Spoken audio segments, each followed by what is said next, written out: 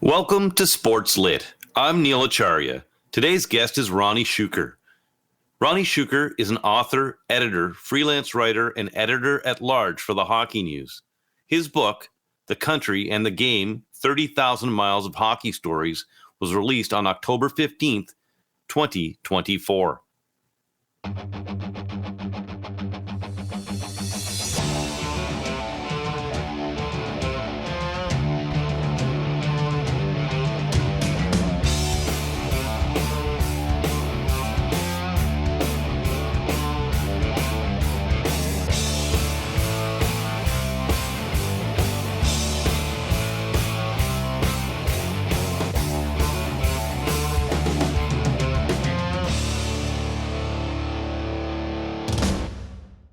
Ronnie Shuker's decision to traverse Canada, play hockey, and tell the stories associated with the game in every town he visits across the nation is not a new concept. Ronnie had a difficult task if he wanted to go beyond the cliches and well-tread ground. It's a gauntlet that's been laid out through hyper coverage of the sport. What makes this project any different is that it's his experience, and to convey that takes effort and heart. A true desire to share one story in their own voice and not get in the way of the voices of others. That does come across.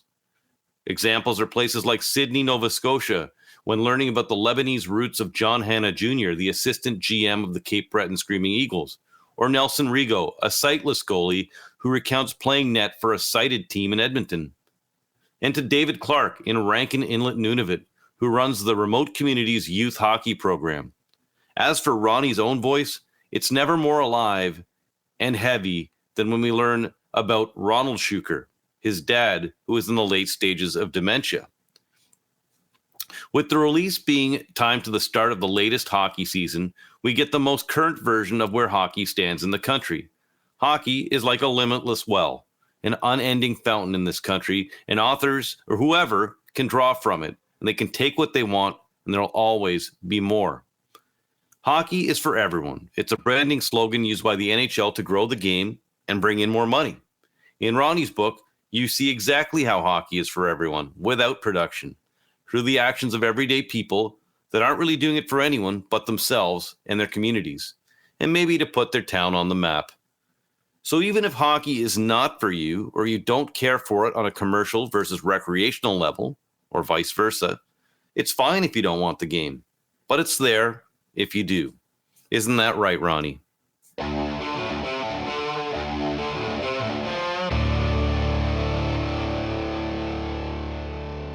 And welcome into SportsLit Season 9, Episode 3. And I'm very pleased to be joined by Ronnie Shuker. Did I pronounce that right? You did indeed. Thanks for having me. Should have asked you that beforehand.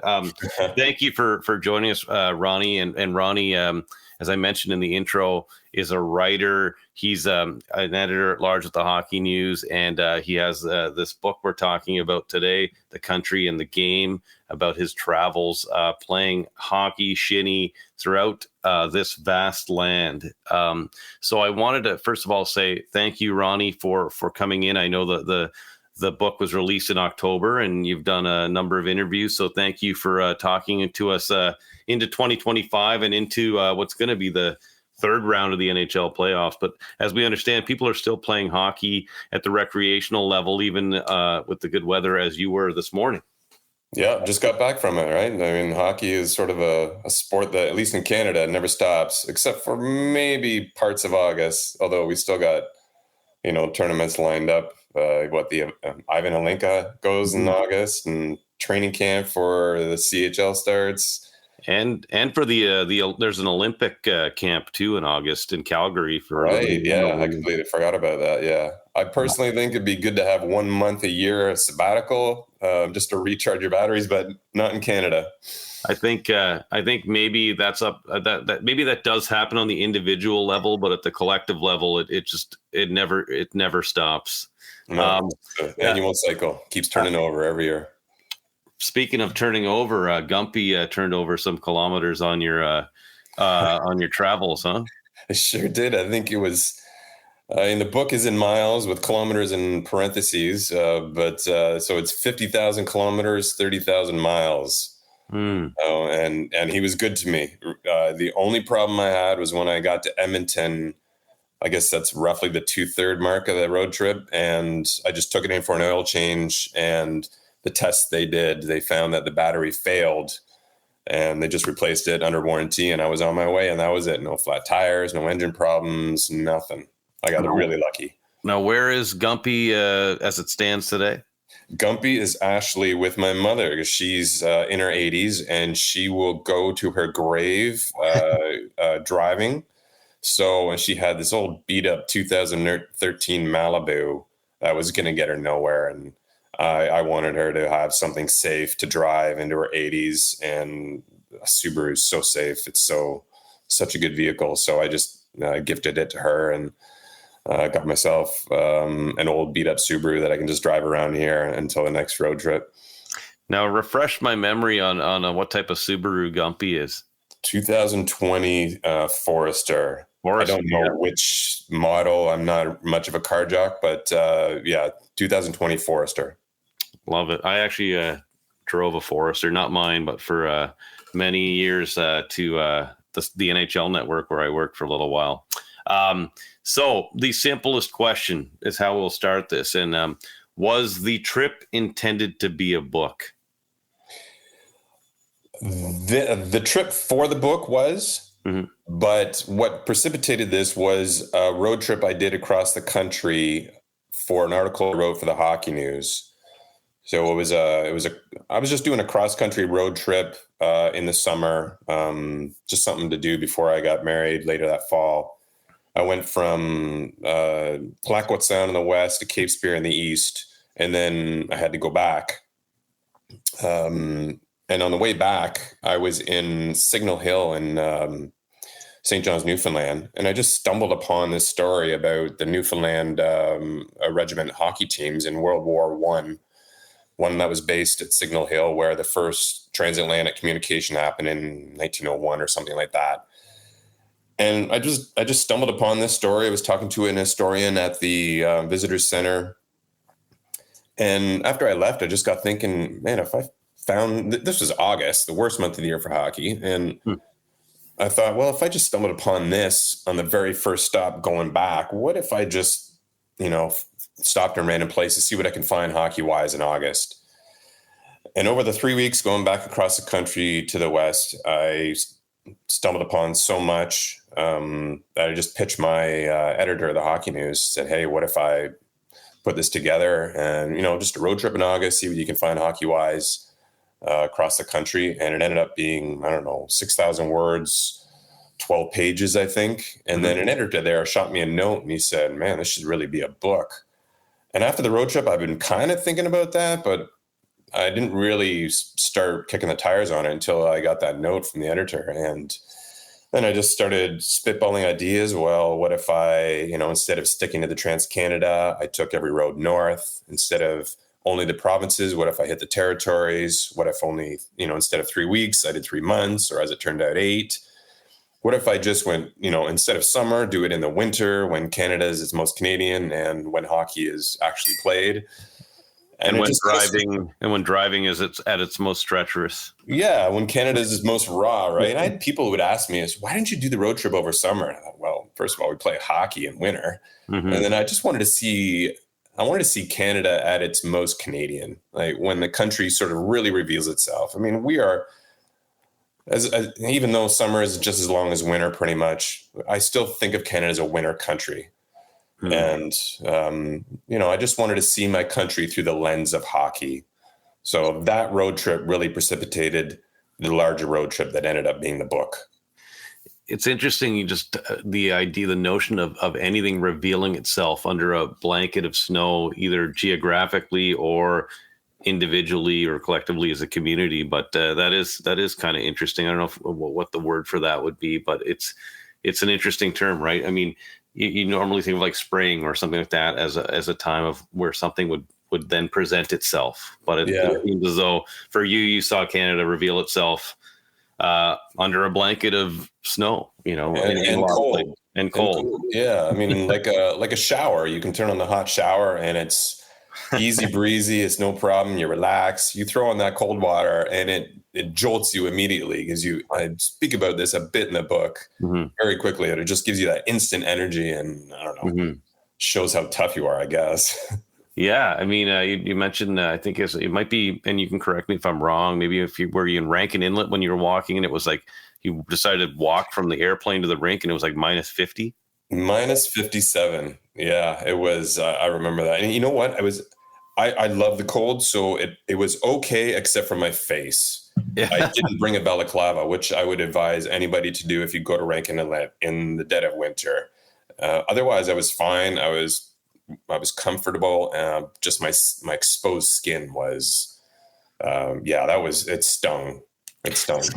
So you talked about the process of getting your editor to get on board with this at the Hockey News, and they said, hey, it should be a book. Now, my question is, and I don't want to make this too convoluted, but how do you sell a hockey book like this in a hockey saturated book market like Canada? Now, is it easier because we do pump out a ton of hockey books and there's a market for it, or is it hard like with Sutherland House where they say, well, we got like 7 biographies on the go, we've got 15 listicle books, and then we've got yours? Like, what was that process like? It actually turned out to be really easy for me. I figured just because the country consumes so many hockey books, somebody at some point would pick up the book. But Sutherland House was literally my third pitch. So I got turned down twice, and then Sutherland House got back to me pretty right away after I sent them the pitch. They had never done a hockey book. I think I might have been the second sports book they'd done. And I guess, it just takes one person to sort of get what you're doing. And Ken White, who's the president of Sutherland House, understood what I was trying to do. There was no gimmick, no hook, no angle that I was trying to hawk.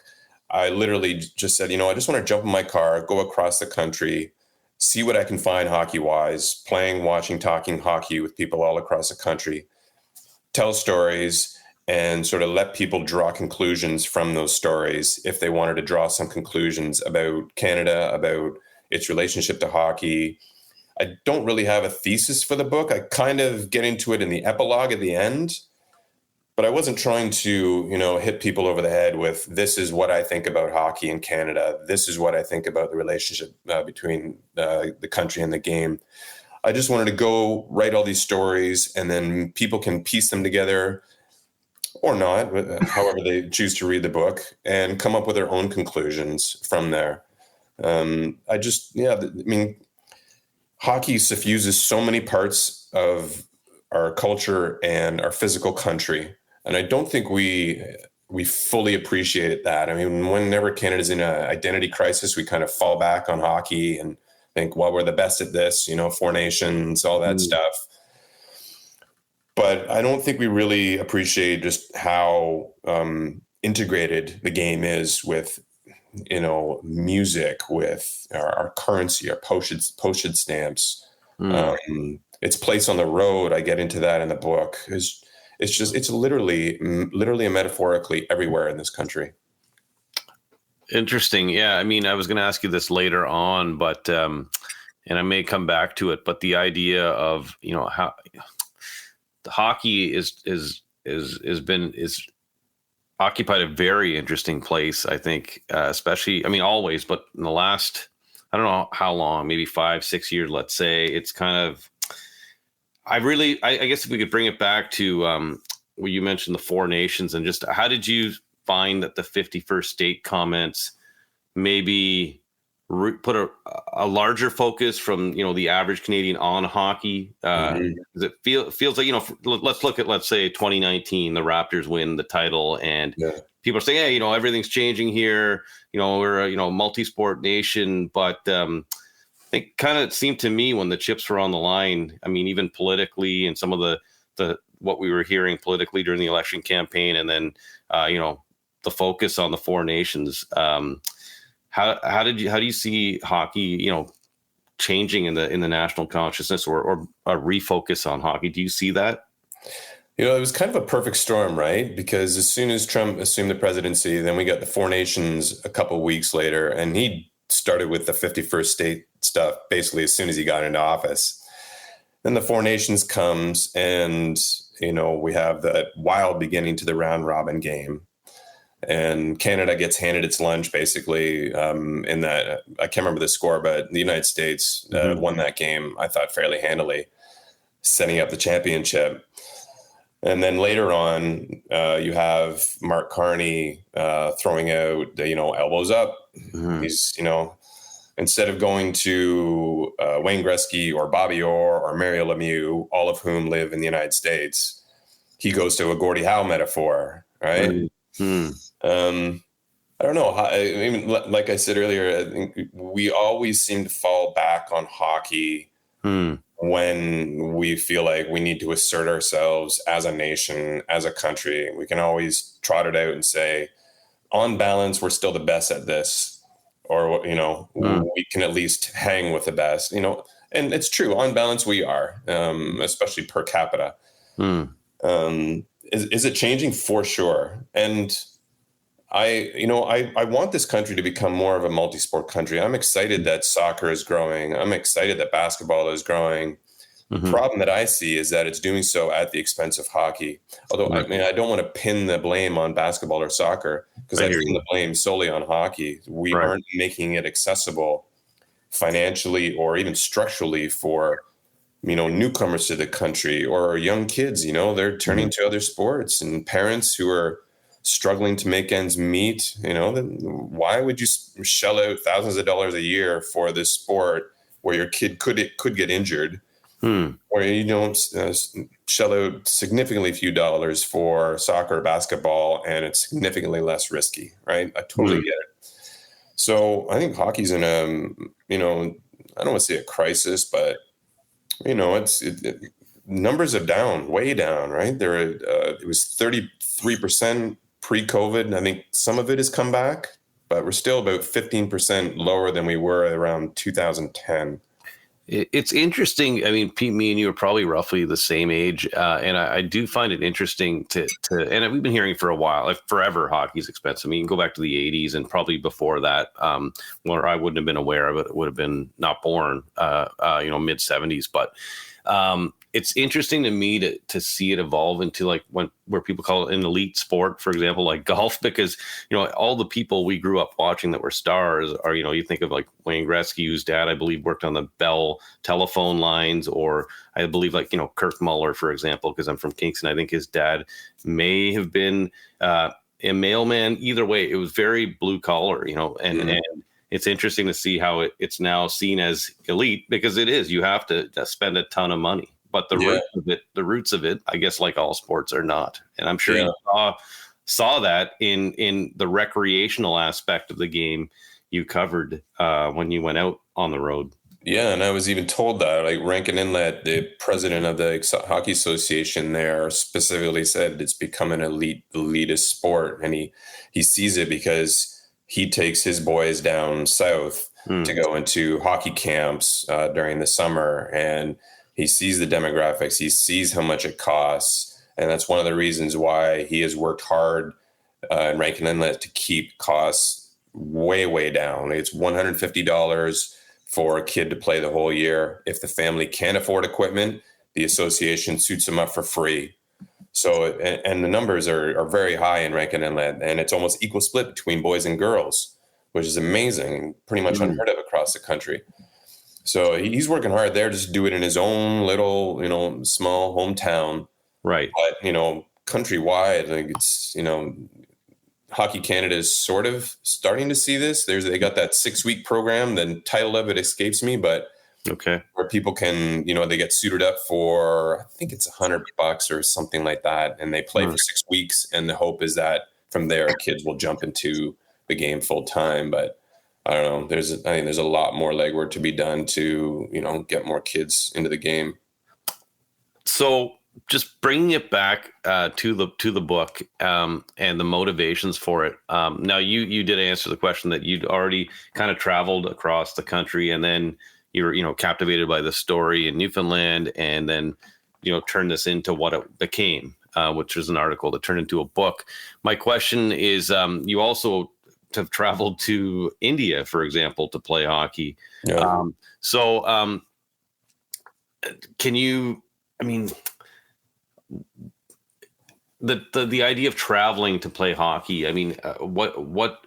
I don't want to keep it as simple as what's the overseas experience like, but like I know there's no comparison, obviously, but I want to know more about your overseas experience, especially playing, in places like India where no one would even really think they're playing hockey. Yeah. I sort of fell into this thing I'm doing in terms of traveling to play and watch hockey, not only across the country, but overseas.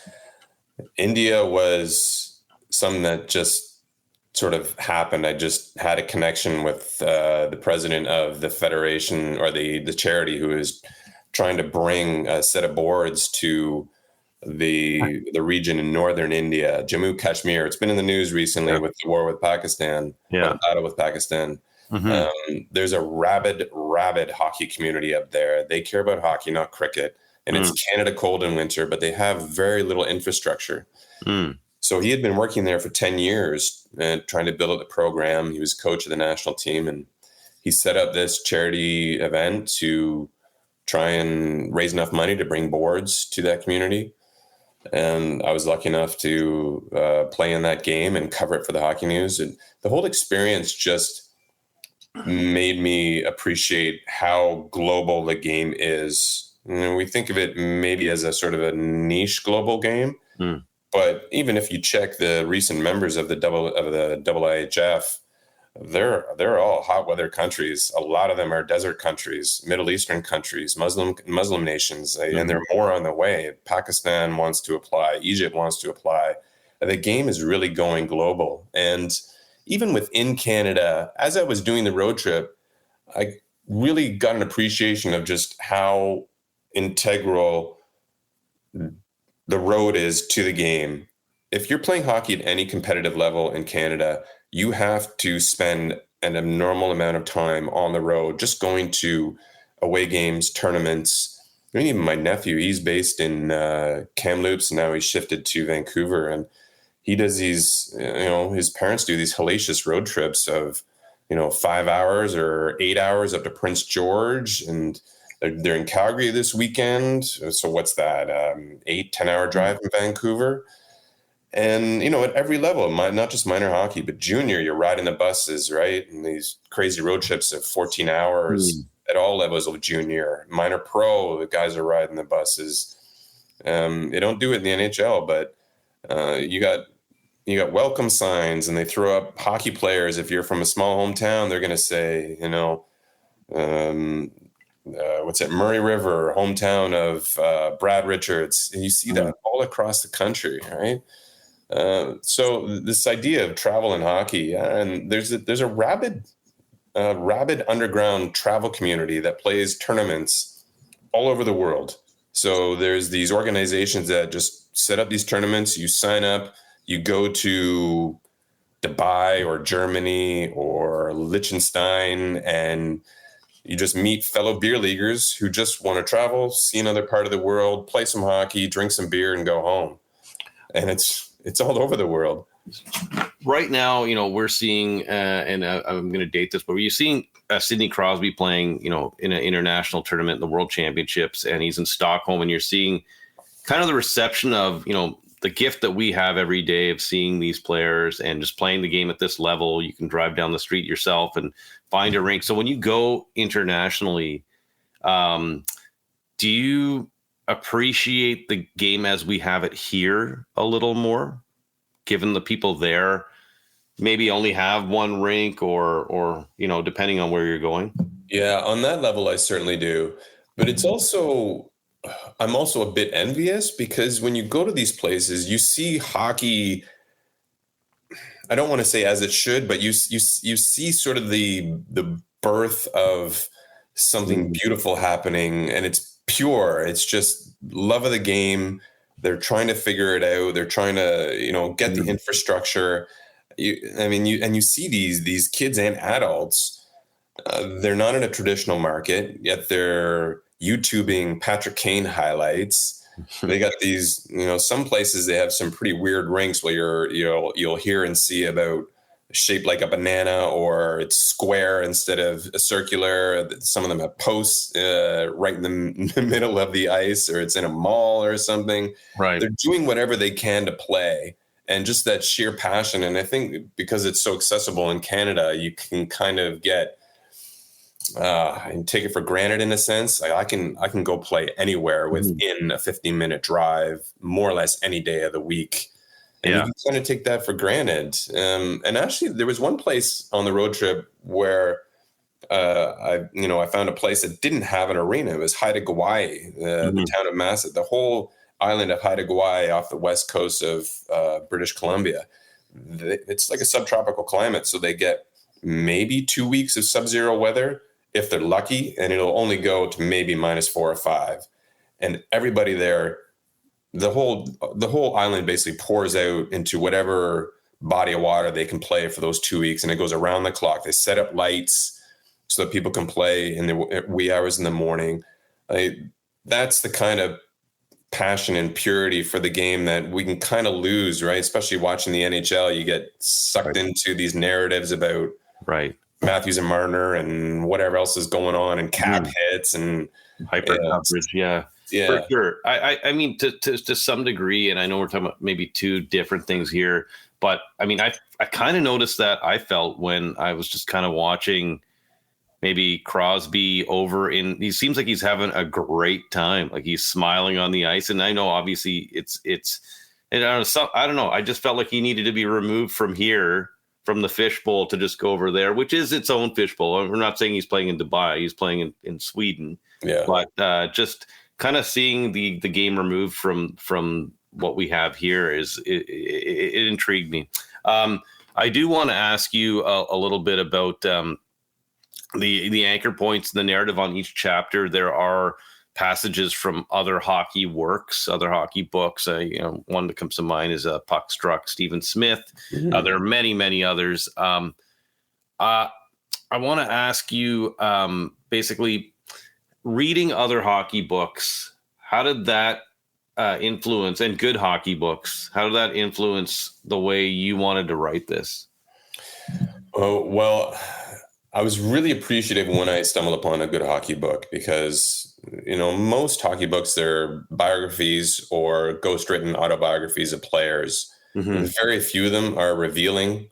That makes you want to pick them up. And there's just so many of them, down to fourth liners, that when you come across a good hockey book that's really well written, like Puck Struck, even though it didn't sell very well, that's one of my favorite books. He went through all the hockey books, as he said, and sort of pulls out this full-length book on them. And hockey's, it's like this sport that people who haven't played it or really haven't given it a chance kind of think uncouth is the word that comes to mind. Like, it's just not a sophisticated sport. It's a brute sport. It's a blue-collar sport. They only see, to use the poet Al Purdy's phrase of hockey, he calls it the combination of ballet and murder. They only see the murder. They don't see the ballet.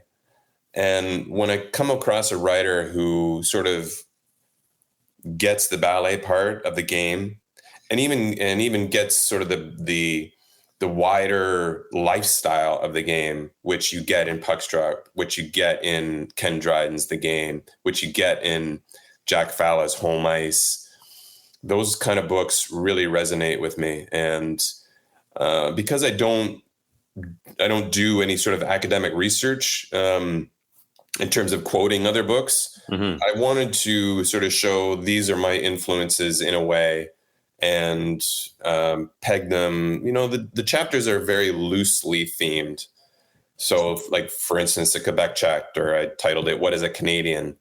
because my first stop, I had this interesting experience talking with a couple of separatists about Quebec sovereignty. And then I went up to the James Bay Cree Nation, and, they're a nation unto themselves. And then I talked to a few first generation Canadians who had picked up the game. So there's sort of this theme sort of came out, as well, what is a Canadian? And it was born out of hockey. So I tried to do that for every chapter. Just here's an influence, a book I really cherish, and it would kind of fit the theme of this chapter.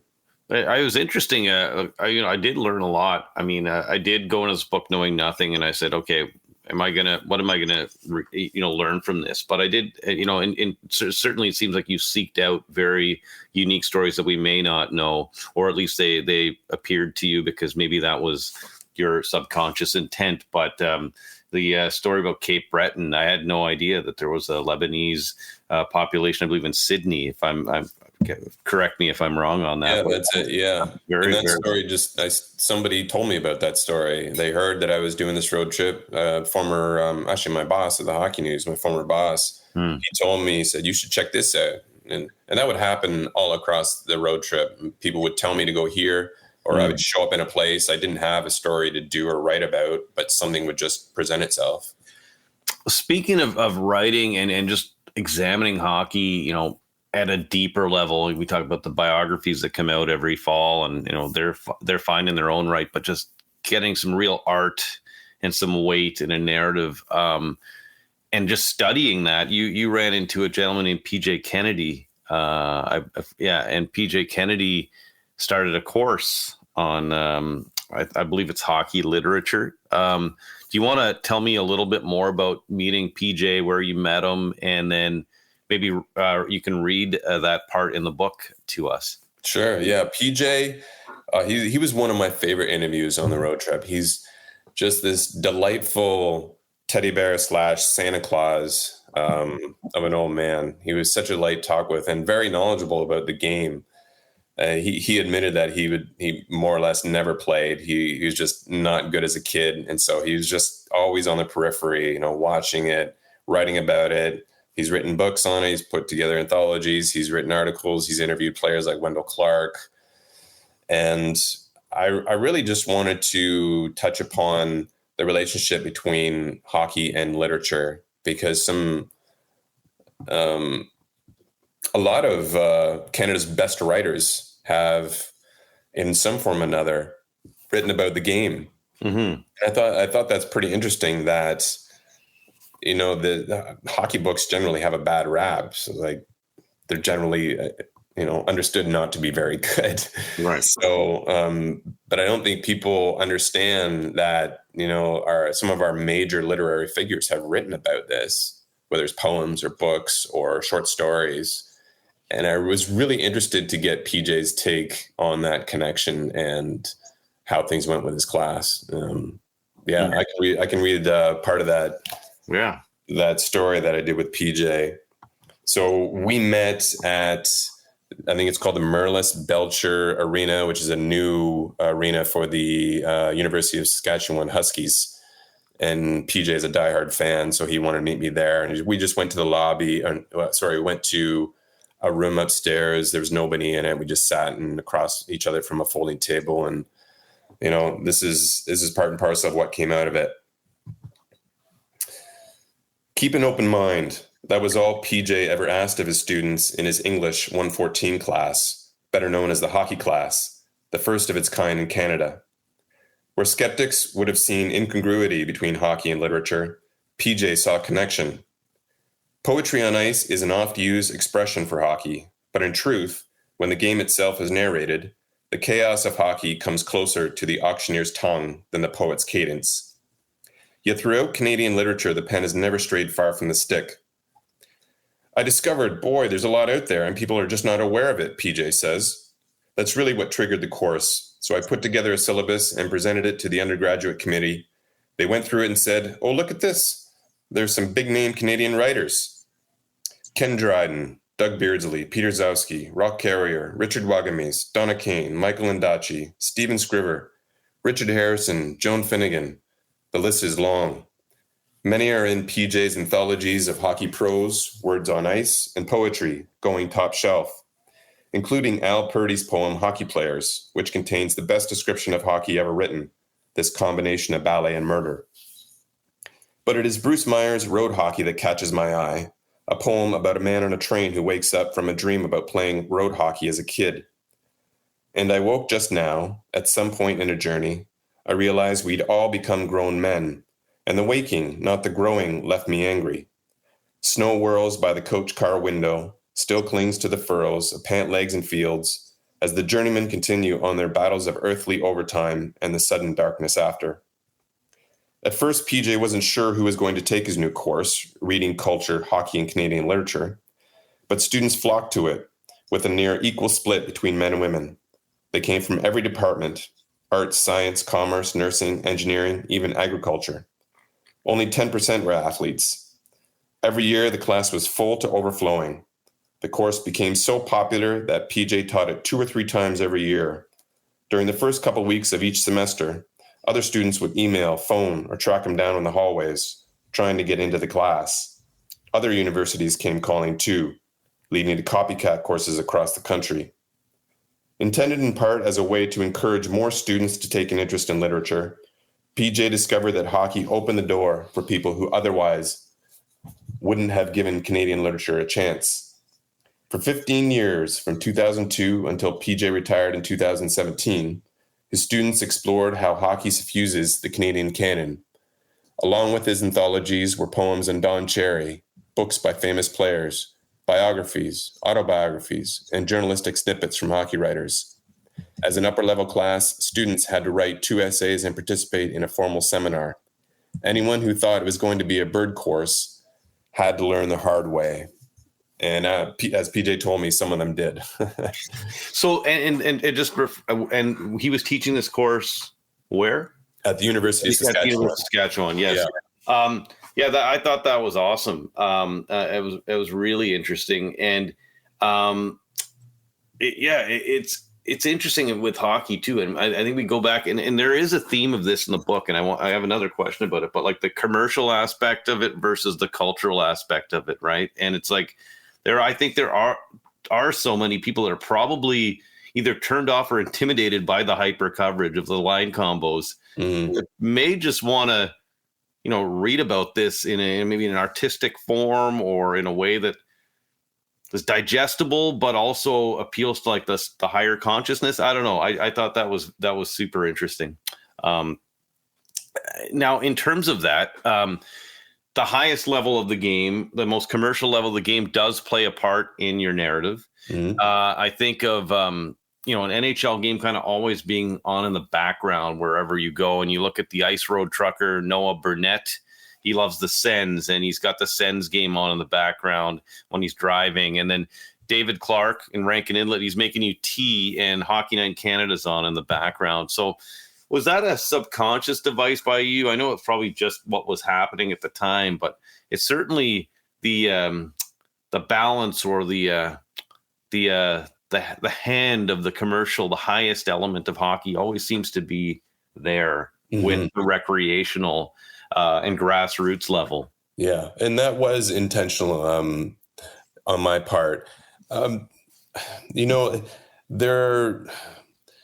find there's kind of 2 camps of hockey in Canada. There are people who are just NHL only, and there are people who are, my beer league, my kids hockey, my hometown junior C team only, or university team. And, I see this among my own friends. Some people won't play the game. Other people refuse to watch the NHL because it's too commercialized. And I just think to myself, you know what? There's room for both. I love this game beyond measure. I have so many other interests in my life, but I always come back to hockey. One, because I was born into it, but, I love watching the best do their thing. But I also love getting up at 7:00 in the morning to go play shinny with a bunch of, other out of shape guys, just because we want to get a workout on, and the banter and all that stuff that goes with being in the dressing room, the drive to the rink, making a good pass. And because the book is so heavily centered to more of the lesser lights of hockey, I didn't want to sort of be the the music snob who refuses to listen to anything that is mainstream. They'll only listen to musicians you've never heard of, whether they are good or not. I never want to be that guy with hockey. I love watching. Like, I'm going to be watching the Game 7 tonight with the Leafs, and I wanted that. Even I didn't want the book to be an NHL book. I wanted it to be a hockey book, but not at the exclusion of the NHL. So, and inevitably, I couldn't avoid it. If I wanted to be true to what was happening, what my favorite travel writer is Paul Theroux, and he always says, tell the truth. There are a lot of travel writers who will make composites, or they'll just outright lie, or they'll make stuff up. And as I know it, I'm going to tell the truth. This is what I saw. This is what I heard. This is what I was told. This is what happened. And that's just what happened. And all those places you mentioned, the NHL would sort of poke itself, into the narrative, and there's no reason for me to exclude it, right? It's there, and wherever you turn, the NHL is there. And yeah, the commercialization, it can turn into a circus. It really can. Right. But especially in Toronto. But to me, like, the playoffs really speak volumes to me, because these players, they've all collected their paychecks for the year. They're playing for free, in essence. The only reason for them to do what they do right now and to lay it on the line, which they do, is because they love the game and they want to win. And I don't think people appreciate that.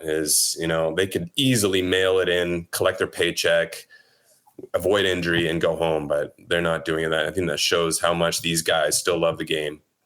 And let's be honest too. I mean, the aspirational aspect of this game is everybody kind of would love to make the NHL as a young kid, right? And I mean, we got to be honest. Both of us, when we were planning this podcast, we were thinking, hey, let's not do it anytime when the Leaf game is on, right? Yeah. So yeah. It is there, and that is funny. One thing I wanted to also bring up is the way you brought up your father's story in this.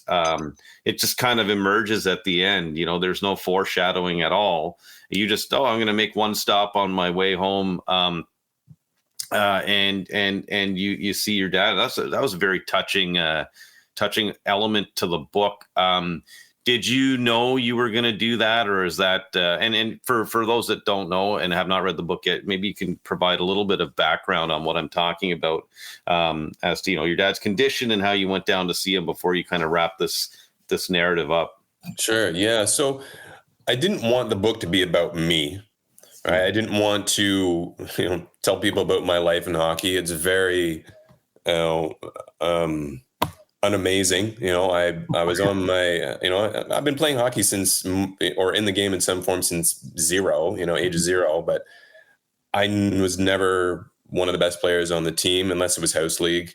I was always one of the best in the house league, one of the worst in competitive hockey. And I knew from an early age, I was a pretty bright kid. I knew well before my peers, and this was just gonna be something fun for me to do. But I mean, as far as my hockey career, it's, not all that eventful. And I didn't want it to be a memoir. I wanted it to be about the people I was meeting and talking with, the places I was visiting, and the country I live and love.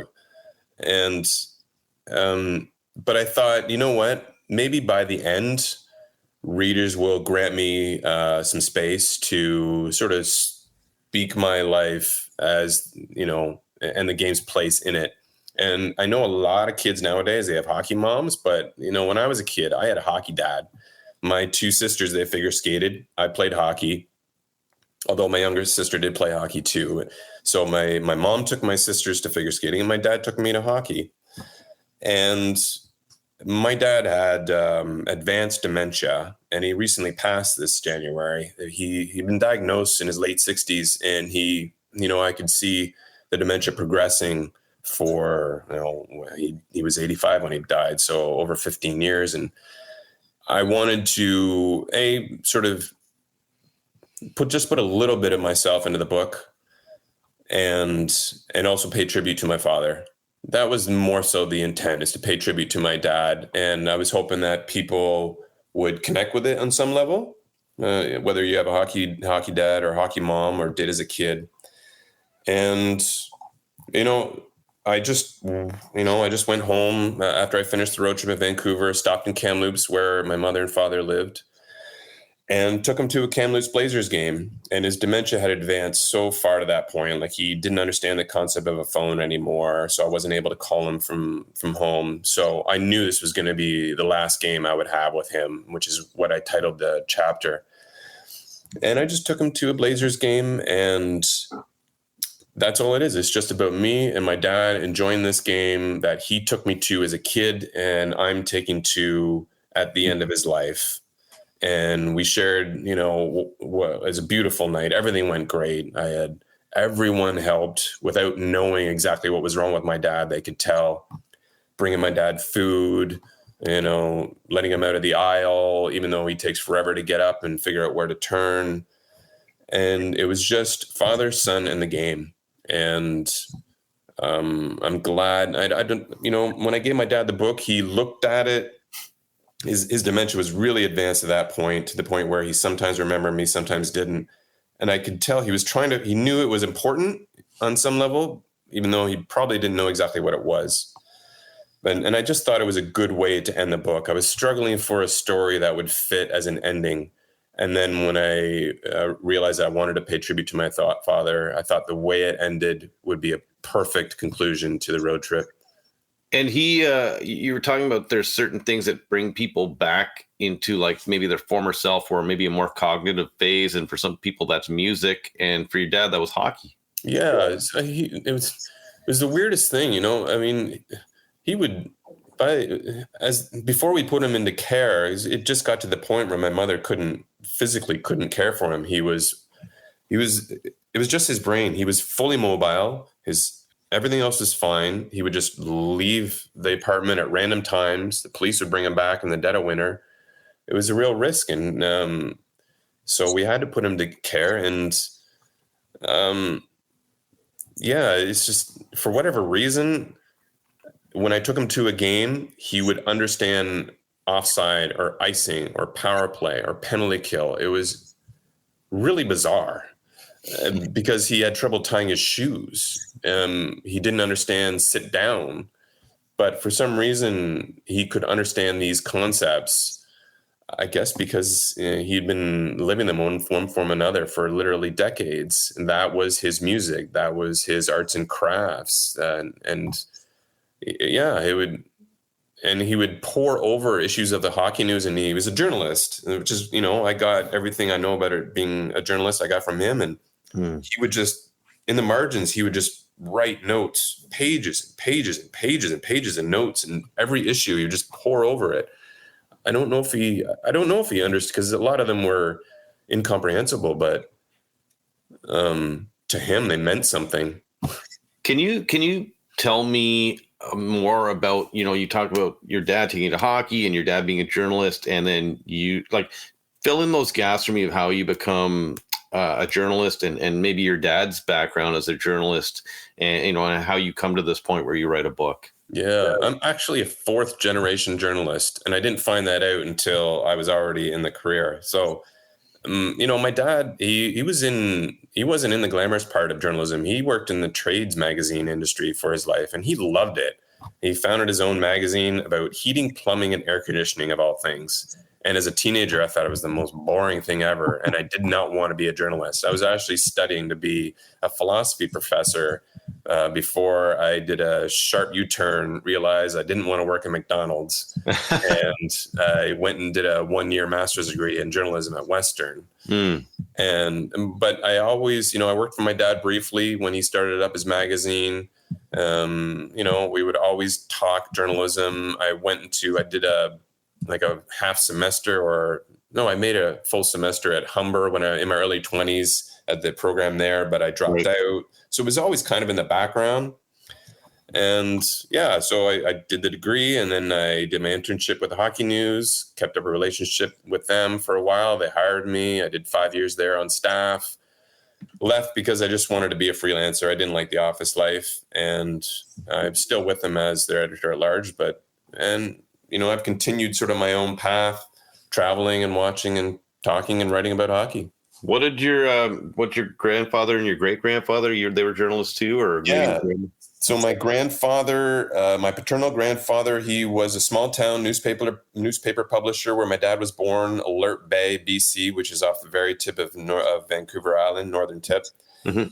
And my granduncle was a newspaper publisher in southern BC. I can't remember the name of the towns. And then my great uncle was an editor and a writer for the San Francisco Chronicle. So Wow. I am fourth generation, and I didn't find out the latter two until I became a journalist, and someone in my family had told me, "Hey, you're actually fourth generation."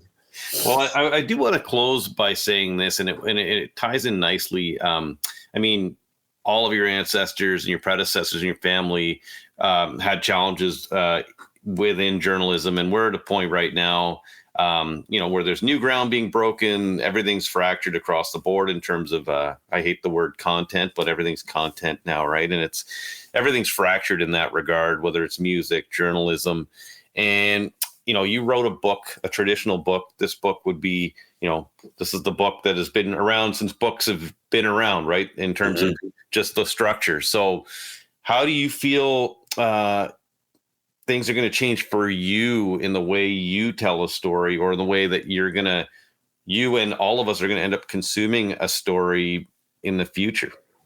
Yeah, it's such a good question. I don't know where AI is going to take us, right? I've recently been bullish on where journalism was headed just because of the sort of success of podcasting and people now investing time in a topic. They're listening, they're not reading necessarily, but people are investing more time into topics instead of just reading headlines and tweets and stuff. So for a while there, I was really bullish, and part of me still is. I kind of look at older writers and look at them and see and try and figure out how they're adjusting. And Pico Iyer is a travel writer I really like, and he still pitches to magazines and outlets, and he still makes a living doing this, even though he started writing guidebooks and for newspapers and stuff. So he's sort of reinvented himself. Paul Theroux, who I mentioned earlier, he was a staunch. He said he would never go on social media, and now he's on Twitter and I think Instagram too, because he wants to connect with his readers. So, and I'm not on social media, and the book has done. It's not a bestseller, but it's been selling well. My publisher wants me to write another one already, and I just think, well, I wonder if I had connected with readers. Maybe I should go on social media and connect with readers. Maybe it isn't the entire cesspool that I envision it to be. AI is, I feel like because I do some editing as well. I feel like that will be the first to go. AI will figure out how to edit books properly. Although the programs right now, like Grammarly, they're terrible. They're not good at all. Mm-hmm. But I think that would be the first thing. But are people going to read a travel book that AI writes and AI doesn't do the traveling? I think there's going to be room there. My hope and my hunch is that there's going to be room there for people to read books about people doing things, whether it's travel, but some kind of adventure or physical journey that AI won't be able to do. People will still want to read about that. Yeah, I mean, it's such an interesting topic, and I mean, obviously something new you can be fearful about. But as you mentioned, you like the travel writer you talked about. You learn to adapt and use these tools, and you never know where it can go. And just touching on what you said, I mean, listen, with kind of hedge funds taking over newspapers, we know that the copy desk was one of the first things to go, and that's why there was a lot of mistakes and crap out there. So maybe it isn't a bad thing, to have. You then now have a copy desk with AI, so which is kind of good, right? So it's interesting, but I do wonder about the how we'll consume. Will we be reading a book in the future, or will it be maybe something with words and video and sound and I don't know, but whatever it is, it's interesting. And you did say, so you will be potentially working on another book. Is that what the future holds for Ronnie Shuker? Yeah, yeah. I can't give out too much right now, but yeah, I'm working on it physically, and any book that I'm going to do, it's going to be. I don't want to say about me, but I'm going to be putting in the work in some respects. I'm not going to write a book about. I don't know. I'm not going to go to a library, pull out a bunch of books on the 1972 Summit Series, interview a bunch of players, and revisit it. If I did do a book like that, I would go to Russia, I would go to the rinks, I would find the players, and I would make it a journey or something. So the next book will be, there will be some travel in it. It might be a lot, might not be as much. I haven't figured that part out, but and I will be physically involved in it for sure. Awesome. Well, I'm sure it'll that element of being there and being present will emerge in the story structure and narrative. And I wanted to thank you for joining me today, Ronnie. I know it's been a while since we've been trying to do this, but I'm glad we did get to do this during hockey season. And good luck. This was a lot of fun. Yeah, same here. Thanks for having me, man. Great questions. Appreciate your time. All right. Thanks, Ronnie. Cheers.